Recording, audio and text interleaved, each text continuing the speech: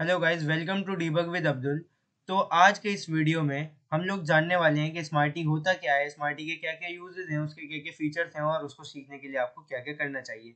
तो ये जो स्मार्टी की प्लेलिस्ट में बनाने जा रहा हूँ, ये कंप्लीट स्मार्टी का ट्यूटोरियल होगा जिसमें काफ़ी सारे वीडियोस होंगे। तो ये उसका पहला वीडियो है और इस प्लेलिस्ट को अगर आप ध्यान से देखेंगे तो मैं इतना बता सकता हूँ कि आप स्मार्टी में बहुत अच्छी तरीके से कमांड ले आएंगे अपने फिंगर टिप्स पर। और आप इसको अपने प्रोजेक्ट्स में, अपने अपने असाइनमेंट्स में, अपनी जॉब में या जहाँ भी आप इसको यूज़ करेंगे, वहाँ पे आपको बहुत अच्छी तरीके से हेल्प करने वाला है। और आपको इसका यूज़ करना बहुत अच्छी तरीके से आ जाएगा अगर आप ये प्लेलिस्ट बहुत अच्छी तरीके से देखें और साथ के साथ इसके साथ में प्रैक्टिस करते जाएं।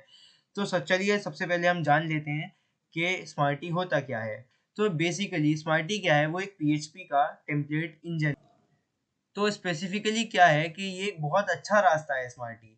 ये जो है आपके एप्लीकेशन लॉजिक को आपके कंटेंट से अलग कर देता है। फॉर एग्जांपल क्या होता है कि आप फ्रंट एंड कहीं लिख रहे हैं, बैक एंड कहीं लिख रहे हैं। तो ये क्या करता है, बैक एंड डेवलपर्स का और फ्रंट एंड डेवलपर्स का कोऑर्डिनेशन और उनका जो काम है वो बहुत ज़्यादा इजी बना देता है। फ्रंट एंड डेवलपर अपना काम करता रहे और बैक एंड डेवलपर अपना काम करता रहे। इसको हम इस तरीके से समझ सकते हैं कि दो डेवलपर्स हैं, एक लॉजिक लिख रहा है, एक सामने डिज़ाइन कर रहा है, यानी यूआई डिज़ाइन कर रहा है। तो मोस्ट ऑफ द केसेस में क्या होता है कि वो सेम पर्सन नहीं होते और उनका कोऑर्डिनेशन कभी कभी बहुत अच्छी तरीके से नहीं हो पाता है। तो इसमें क्या होता है, स्मार्टी में वो लोग कोऑर्डिनेट बहुत अच्छी तरीके से कर सकते हैं। एप्लीकेशन प्रोग्रामर जो होता है वो अपने एंड से लॉजिक लिखता रहता है, उसको यूआई डेवलपर से कोई ज़्यादा मतलब नहीं होता है। यूआई डेवलपर अपना काम करता रहता है, बस बैकएंड डेवलपर से डेटा लेता है और सामने यूआई में दिखा देता है। और मान लीजिए इन फ्यूचर अगर बैकएंड डेवलपर को कभी डेटा में चेंज करना हुआ या लॉजिक में चेंज करना हुआ, तो उसको यूआई डेवलपर से कोऑर्डिनेट करने की बहुत ज़्यादा ज़रूरत नहीं है। अगर बैकएंड में वो कोई लॉजिक चेंज कर रहा है तो सामने फ्रंट एंड में उसको रीडिज़ाइन करने की ज़रूरत नहीं होती है। वो ऑलरेडी वैसे का वैसा डिज़ाइन होता है जैसा हुआ है, बस वो बैकएंड से डेटा चेंज हो जाता है। तो इसको और अच्छी तरीके से इस एग्जांपल के साथ समझते हैं जो लिखा हुआ है। One day the programmer needs to change the way the article content is retrieved। तो जो एप्लीकेशन प्रोग्रामर है, मान लो उसको कोई आर्टिकल आ रहा है और वो आर्टिकल का तरीका बदलना चाहता है, उसका लॉजिक बदलना चाहता है, किस तरीके से आर्टिकल रिट्रीव हो रहा है वो चीज़ बदलना चाहता है। और वो चाहता है कि चेंज जो है वो टेम्पलेट डिज़ाइन पे ना पड़े बिल्कुल भी। तो इसके लिए क्या है, वो जहाँ पे उसने लॉजिक लिखा है वहाँ पे वो दोबारा लॉजिक चेंज करेगा, किस तरीके से डेटा रिट्रीव हो रहा है वो भी चेंज करेगा, डेटा भी चेंज कर देगा, बट फ्रंट एंड में उसका कुछ भी इफेक्ट नहीं पड़ेगा। तो यही हमारा फीचर है स्मार्टी का, कि स्मार्टी कितना सही तरीके से काम करता है। और इसका वाइस वर्सा भी आप ले सकते हैं। किसी यूआई डेवलपर को क्या करना है, उसको फ्रंट एंड में डिजाइनिंग चेंजेस करने हैं, बट वो चाहता नहीं है कि बैक एंड वाला जो डेटा आ रहा है उस पर कुछ भी इफेक्ट पड़े। तो वो जस्ट अपना फ्रंट एंड का काम कर करके बैक एंड से जो भी डेटा आ रहा है उसको फ्रंट एंड में कैसे दिखाना है वो अपना काम डिजाइन वगैरह का चेंज करेगा, जिससे बैकएंड वाले डेटा पे भी कोई इफेक्ट नहीं पड़ने वाला है। तो ये एक बहुत अच्छा यूज है स्मार्टी का। तो अब लेते हैं इसका एग्जैक्ट यूज क्या है। तो ये जो कॉमनली यूज होता है वो वेब डिजाइनर्स के द्वारा यूज किया जाता है और मैक्सिमम इसको पीएचपी डेवलपर्स ही यूज करते हैं। और स्मार्टी जो है वो डेवलपर्स और डिजाइनर्स को सेपरेट रोल दे देता है। तो स्मार्टी के फीचर्स क्या क्या होते हैं अब हम उसकी बात कर लेते हैं। जैसे इसमें हम टेम्पलेट्स इंक्लूड कर सकते हैं। टेम्पलेट्स इंक्लूड करने का मतलब है, आपने एक हेडर बना लिया, उसके अंदर एक नैवबार डाल दिया और उसके अंदर एक नैवबार के साथ साथ कोई इमेजेस डाल दी, लोगो डाल दिया। अब बार बार आप नए नए पेजेस बनाएंगे तो बार बार आप उस चीज़ को कॉपी पेस्ट करने में टाइम भी जाएगा आपका। तो आप क्या करेंगे, आप जस्ट एक टेम्पलेट बना लेंगे उसकी और उस टेम्पलेट को उस पेज पे कॉल कर देंगे। तो जिससे क्या होगा, आपको बार बार कोड लिखने की ज़रूरत नहीं पड़ेगी और बहुत ईजिली आपकी टेम्पलेट कॉल हो जाएगी और वहाँ पे आपका हेडर फूटर जो भी है आपका वो सामने आ जाएगा। इसमें और दूसरा फंक्शन क्या है, अल्टरनेटिंग टेबल रो कलर्स। यहाँ पे हम टेबल रो कलर्स को भी बहुत अच्छी तरीके से अल्टरनेट कर सकते हैं। वैसे तो HTML में भी कर सकते हैं, बट स्टिल ये इसका एक बहुत अच्छा फीचर है जिसका हम यूज करेंगे। आपको पता चलेगा HTML से क्या डिफरेंस है इसमें, और आपको बहुत मजा आने वाला है इसको पढ़ने में। और इसमें अपर केसिंग वेरिएबल की बहुत इजीली कर सकते हैं। बिना CSS के हम यहाँ पे वेरिएबल्स को अपर केस कर सकते हैं या लोअर केस कर सकते हैं, या कैमल केस, पास्कल केस, अलग अलग तरीके के टेक्स्ट होते हैं। हम उसके बारे में आगे बात करेंगे। और दूसरी चीज़ यहाँ पे ये है कि आप HTML में लूप्स नहीं चला सकते हैं। अगर आपको एक 10 एलिमेंट का एरे है तो आपको लिस्ट के 10 आइटम्स बनाने पड़ते हैं, ठीक है, लेकिन यहाँ पे क्या है, यहाँ पे आपको ऐसे कुछ भी करने की ज़रूरत नहीं है।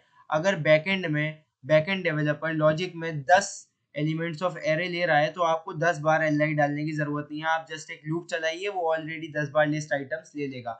इन फ्यूचर अगर डेवलपर ने 10 से 11 कर दिए आइटम्स, 12 कर दिए, 15 कर दिए, 16 कर दिए, या फिर 5 कर दिए, 4 कर दिए, या उसका नंबर चेंज कर दिया, वैल्यूज चेंज कर ली, तो फ्रंट एंड डेवलपर को वहां पे जाके लूप्स की वैल्यू चेंज करने की कोई जरूरत नहीं है। वहां पे वो जस्ट क्या करेगा, अपने आप रिट्रीव कर लेगा कि एरे में कितने एलिमेंट्स हैं और मुझे लिस्ट के कितने आइटम्स बनाने हैं। ये जस्ट एक एग्जांपल था। ऐसा हम लिस्ट के साथ नहीं, हम ऐसा बहुत सारी चीजों के साथ कर सकते हैं। हम ऐसा प्रेजेंटेशन लॉजिक के साथ चेंज करते हैं और फ्रंट एंड में हमें कोई चेंज करने की जरूरत नहीं होती है, वो ऑटोमेटिकली चेंज हो है। तो ये भी एक बहुत अच्छा फीचर है स्मार्टी का। स्मार्टी का दूसरा एक अच्छा फीचर ये है कि स्मार्टी बहुत ज़्यादा फास्ट है, स्मार्टी बहुत ज़्यादा एफिशिएंट है, और पीएचपी में पार्सिंग इतनी ज़्यादा एफिशिएंट नहीं थी।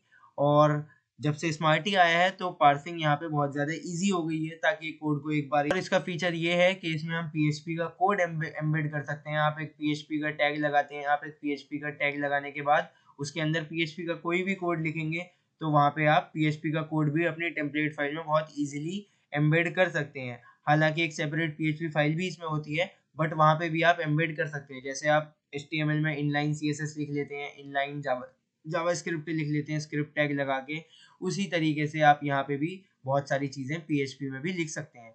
इसमें बिल्ट इन कैशिंग सपोर्ट होता है।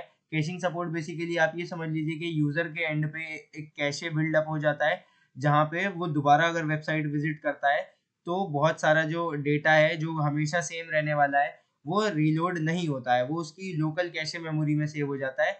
जिससे क्या होता है कि जब वो दोबारा वेबसाइट पे रिटर्न आता है तो उसके वेबसाइट का लोडिंग टाइम स्लो हो जाता है, वेबसाइट ऑप्टिमाइज हो जाती है और बहुत ज़्यादा फास्ट बिहेव करने लगती है। तो ये भी स्मार्टी का एक बहुत अच्छा फीचर है। और कस्टम कैशे हैंडलिंग फंक्शन भी स्मार्टी में है।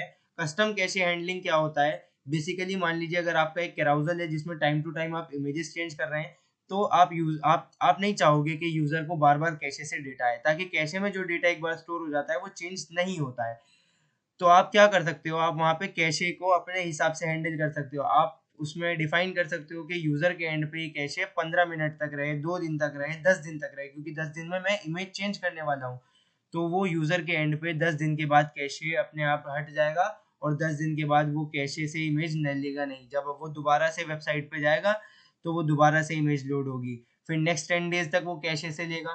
फिर उसके बाद जो भी आपने टाइम लगाया हो, 10 डेज, 5 डेज, 34 आवर्स, 24 आवर्स, वो इस तरीके से काम करता है। क्योंकि जहां हम time to time data change कर रहे होते हैं वहां पे हमें लाइफ टाइम कैशे करने की कोई ज़रूरत नहीं है। क्योंकि चलिए अब हम बात कर लेते हैं कंडीशंस एंड लूप्स के बारे में। तो आप सोचते होंगे HTML में कंडीशंस हम नहीं लगा सकते, जो कि सही है कि हम प्लेन HTML में कंडीशंस नहीं लगा सकते। बट यहाँ पे क्या है, यहाँ पे टेम्पलेट फाइल जो होती है HTML की, उसमें हम कंडीशंस लगा सकते हैं। आप कंडीशनली वो कर सकते हैं कि अगर लिस्ट के अंदर या फिर अगर एंकर टैग के अंदर कोई URL है जिसमें google.com है तो बैकग्राउंड को येलो कर दो, कोई URL है जिसमें facebook.com है तो बैकग्राउंड को ब्लू कर दो।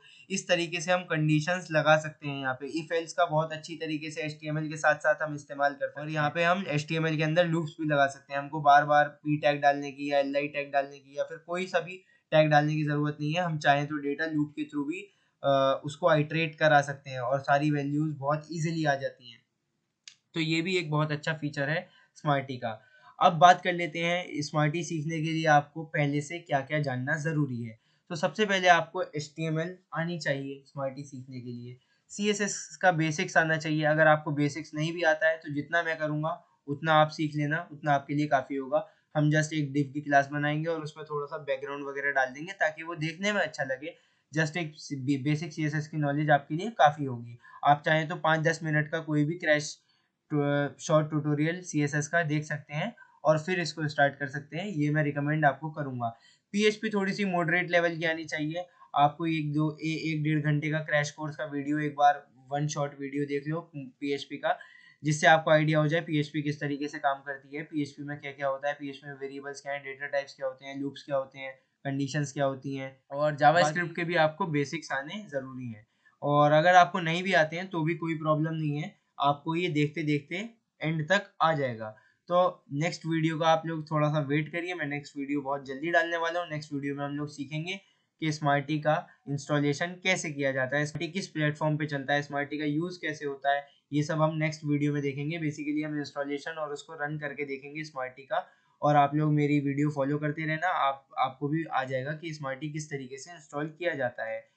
तो अगर आपको ये वीडियो पसंद आया है और आप चाहते हैं कि मैं आगे के ट्यूटोरियल्स कंटिन्यू रखूं, तो आप इस वीडियो को एक थम्स अप दे दें और आप मेरे चैनल को सब्सक्राइब कर दें।